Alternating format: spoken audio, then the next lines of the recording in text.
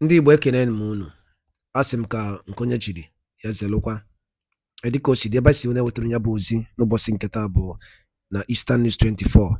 Ya bụ ozi bụ gbasata maka ya bụ ife unu na-anụ na-akpọtụ na Old Eastern Region and ife na-eme n'obodo anyị nọ n'ime ya and nwere ụwa na-azọ n'ala Igbo. Ya bụ ife ka na-ewetara n'iru akwụkwọ, biko tọọ ntị ọfụma gere ya bụ ozi aji maka ya wee bịa n'iru akwụkwọ.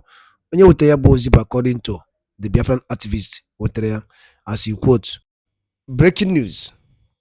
Hope for Biafran Prime Minister Mazi Simon Ekpa as Finland government released an important document on Mazi Simon Ekpa's release. Here are the news in details. All right, this is according to the Finland-based activist who tell Ayabozi. So I must say, I want to get Yabo Ozo Jimakia Webia, Nira Oko. I think he gets here before Kabalo, Kidela Nakana comment feature, no dink give us stomach every fender Nine, Opo Nira Oko.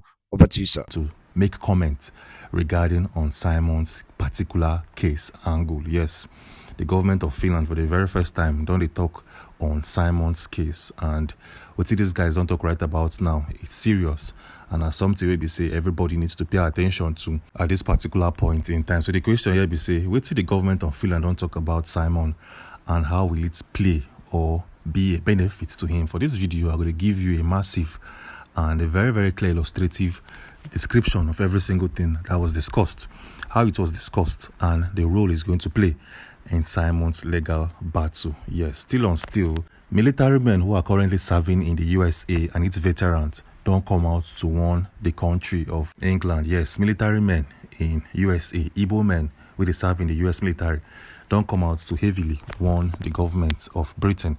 And as we speak, things don't they hot and things don't they be like say it go tie rapper in the coming days. So the question here be say, what it don't play out? Well, in this video, I'm going to give you every single thing you need to know at this particular point in time. Still on still, Amnesty International. Yes, if you watched our very first video, you're going to say this particular group called Amnesty International don't pick a very peculiar interest in Nigerians' political scenes and in Nigerian security. As we speak, this particular group don't make some statements regarding some Easterners, some Southeasterners. So we say the Nigerians DSS been arrested a couple of years back. Yes, Amnesty International don't release massive declaration and massive articles regarding individuals. We say they were arrested, and as we speak, these people can't be seen or found anywhere. In this video, I will show you what in these individuals they talk and how it will play a massive role, a decisive role in the USB struggle. Yes, meanwhile, the lead lawyer where they represent Nnamdi Kanu in the court of law in the Federal High Court don't come out to make some statements regarding the declaration coming from Canada. Yes, just in case you don't know, or just in case they live under a rock.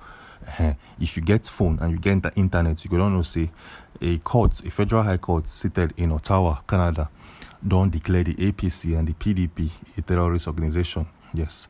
This man known as Aloy Jimako don't come talk something. We be say fit force the Nigerian federal government from removing the IPOB from its terror group or terror listing. Yes. So in this video, I will show you every single thing we don't play out within, behind, and inside this particular topic. Yes. Still on still, there's a revelation. A foreigner don't give a strong revelation regarding the way and manner the Nigerian military they run its operation. Yes. An individual who lives in a foreign land don't see how the Nigerian military they operate, and he don't expose some details. We say everybody needs to see a vital piece of information that will help you immensely in your security. So in this video, I'm going to show you what did they talk right about now. Yes, in this said video, we have a massive declaration and a statement coming from the government of the USB. As we speak, the government of the USB dropped an article, yes, at about 2 hours ago. This article was addressed to Finland, and this is not something we say you need to watch, make you for see them and make you for understand. This is big, this is huge, this is gigantic, and this is a game changer. Meanwhile, the brother to Nnamdi Kanu, the person of Kanunta Kanu, if you watch our videos, you don't see so they call this man's name over and over again in every video. Yes, and because they play some roles, some key roles in trying to bring out Nnamdi Kanu from detention.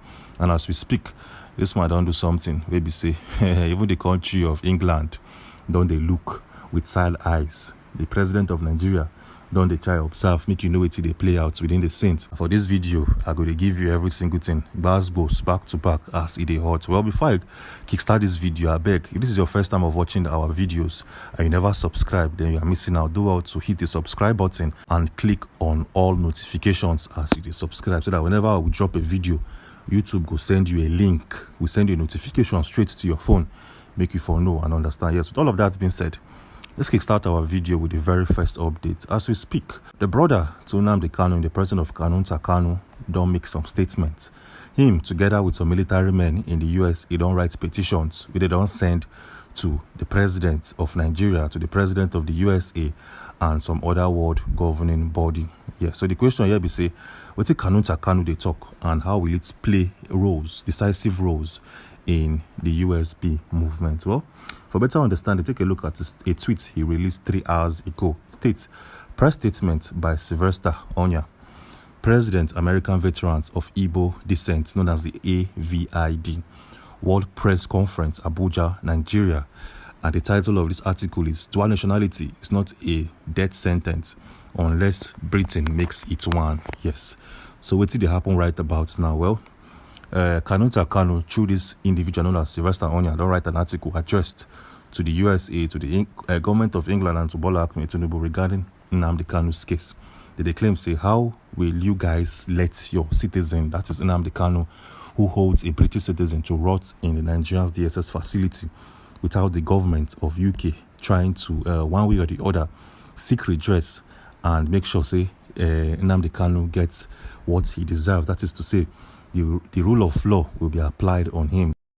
They ask, why is the government of UK being too quiet, extensively too quiet in this case? Well, showing right now on your screen a petition will be say, Kanunta Kanu, together with this AVID, that is to say, the AVID stands for the American Veterans of Igbo Descent. That is the military men, will be Igbo people, waiting for American military, and then they call the AVID. They don't petition or wrote a petition that was addressed to the government of UK. Showing right now on your screen a copy we will manage to get. Yes, in this channel we try to get authentic and true copy of every single info. We know we'll come here, can't give you info whether they correct or it's inaccurate. We'll give you every single thing correct, documented, and stamped pieces of info. Show right now on your screen at this petition. And what is the content? Well, you could read them together. The title here is American Veterans of Igbo Descent. They can get PO boxes. It has a telephone number and the website where we say these documents they come from. The website of this organization. The state press statement by Sylvester Onya, President American of the Veterans of Igbo Descent, known as the AVID. Keep all of these things and go straight to the content of this particular document. It states, ladies and gentlemen of the press, friends of justice, compatriots at home and abroad, we are not here for polite diplomacy. We are here to speak truth to power that hides behind manners while enabling injustice. Well, this whole article went on and on. I'm not going to bore you with the content of but the bone of contention here be say that they call out the government of UK to abeg say me kuna come look into the case of Nnamdi Kanu. Now your citizen MB muna come out and make sure say this man sees the light of the day pretty soon. They talk say me kuna come out now when you guys still have the opportunity, when you guys still have the free will and the peace of mind to do it, because say if una no do am and if anything happens to him, it no go easy for anybody or any party. Yes. So when we heard this thing coming from the AVID, it felt like a little piece of truth, and we had to dig deep to understand and unravel all of the intricacies surrounding this particular statement coming from the AVID. We can't notice say the AVID they tell UK say if Nnamdi Kanu by any means by paraventure can't pay for DSS facility or DSS custody, we go hold una responsible fully, and we no go take them easy with una. Well, for clarity and for a better understanding, take a look at this article coming from Daily Post, where it states, Britain will be accomplice if Nnamdi Kanu dies in detention, American Igbo veterans films. And the article also continued and showing right now on your screen every single thing where they come from that particular statement. They tell them say, make nothing happen to Nnamdi Kanu in DSS facility, because if you like buy for there, we go hold una responsible, because say una turn a blind eye when we needed you to shine your eyes like a frog. Anyways, moving on swiftly, let's take a look at other news we'll get for you, because no go and waste your time.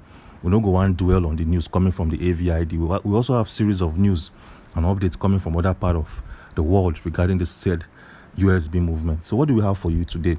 Well, as today speak, the USB government don't send an open letter to Nnamdi Kanu, a letter that was published 3 hours ago. This one they open and straight to the point. What did they talk?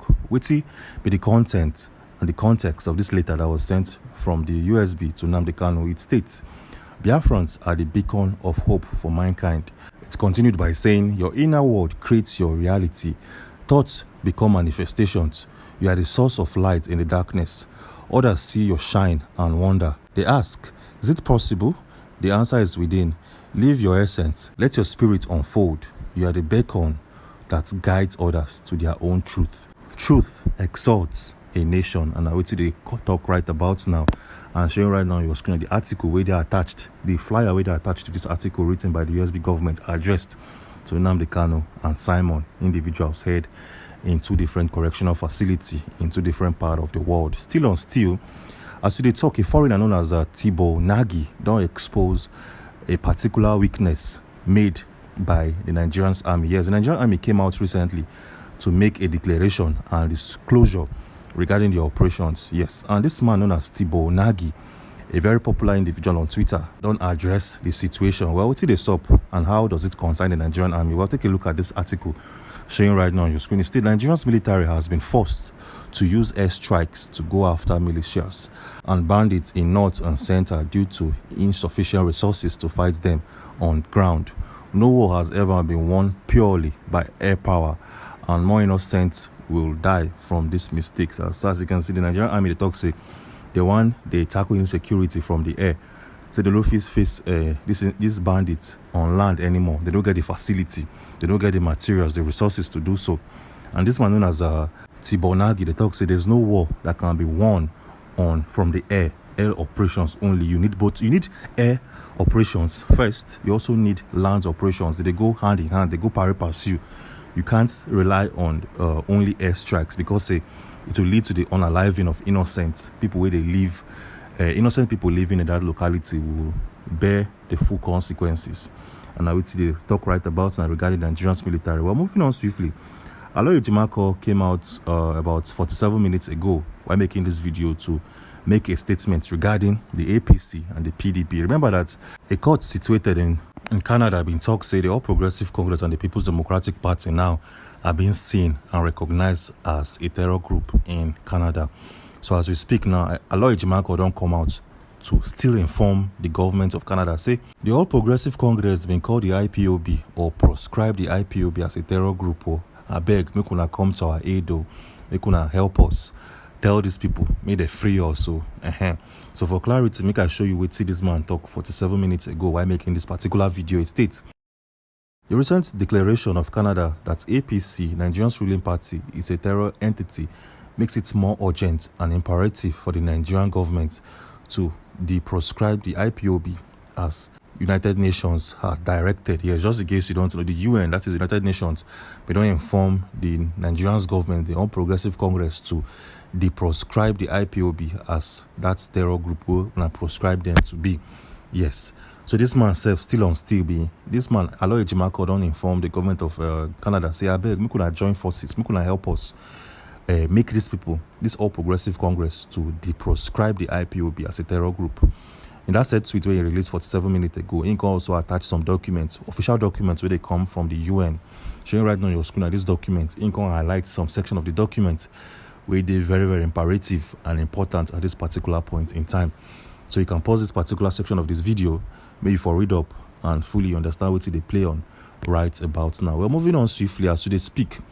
Amnesty International, a group where they say they fight for human rights, respect of human rights, and fight against any form of human rights abuses, don't post series of documents addressed to the Nigerian security forces and the security structures from all parts of the country. Yes, what did they happen right about now? Well, some individuals, about 5 or 6 individuals, were arrested around 2021 to 2022. And up until this particular day and time, these individuals are yet to be seen by their family members and loved ones. So the question here is, who are these individuals that have been missing as stated or as claimed by Amnesty International? Well, make I show you some pictures. Well, if you watch our video we'll post by 1 p.m. today, you don't see some faces we don't discuss already. But still, let's show you some other names and faces.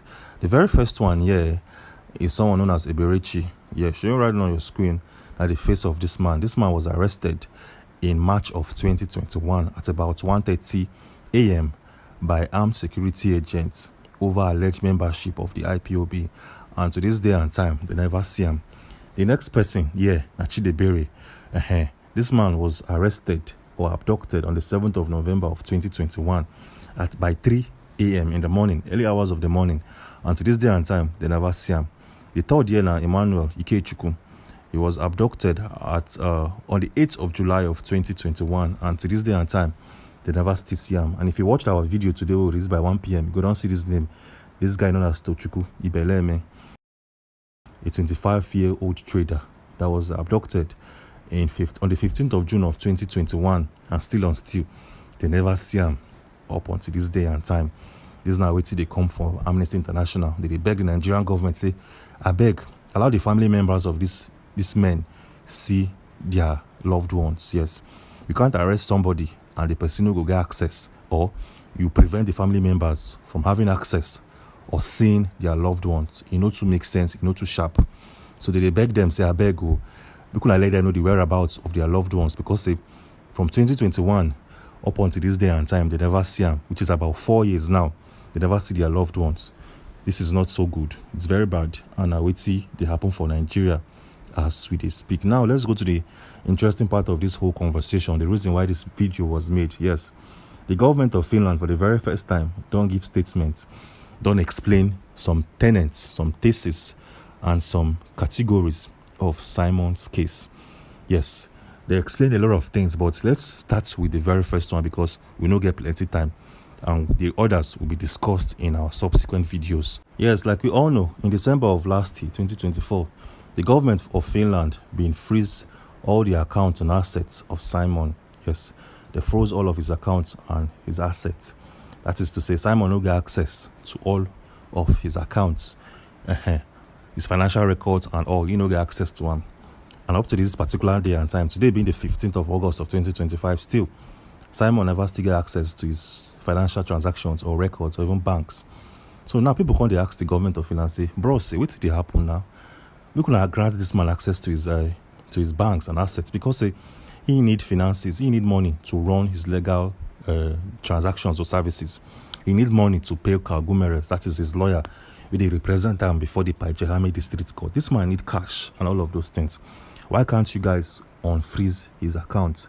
These were the questions thrown to the government of Finland. But then they don't come out to explain the reasons why and how everything will play out in the future.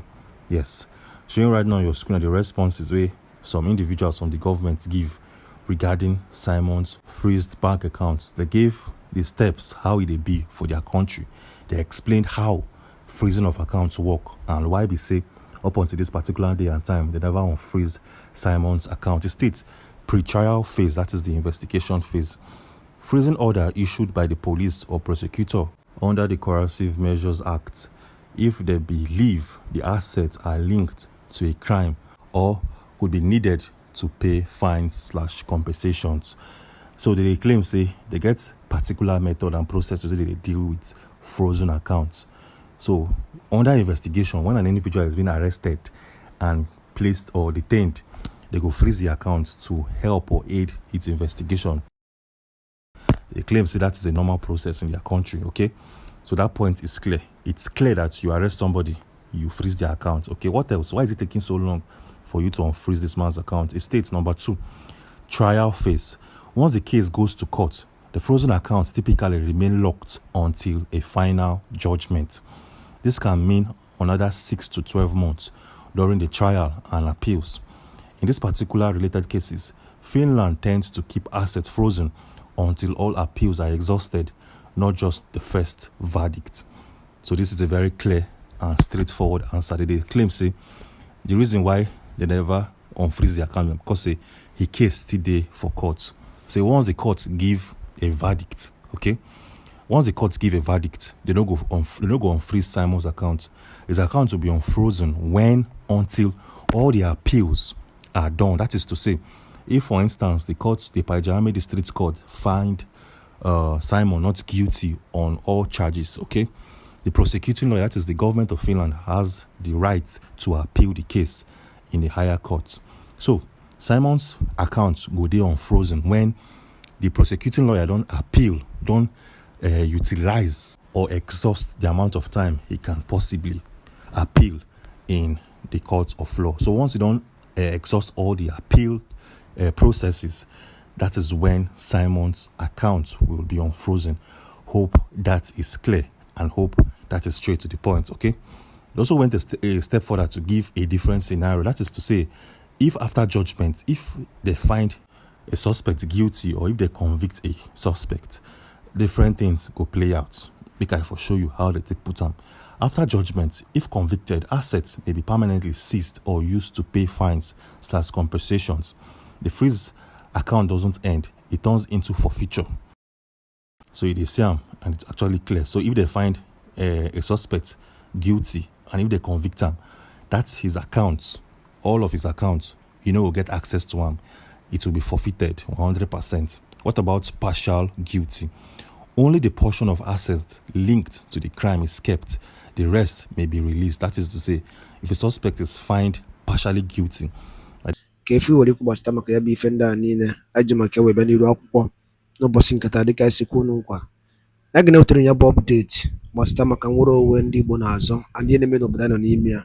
Unu anụgo n'iko si wee gbata wee kwuru. Anyị ga-alapụ unu ka unu rie atụ ya bụ ife aji maka wee bịa n'iru akwụkwọ n'ụbọchị nketa. Ka anyị mara ifu nche n'ụdị nke unu. Mgbanụ ka emesịa n'ụmụnne m.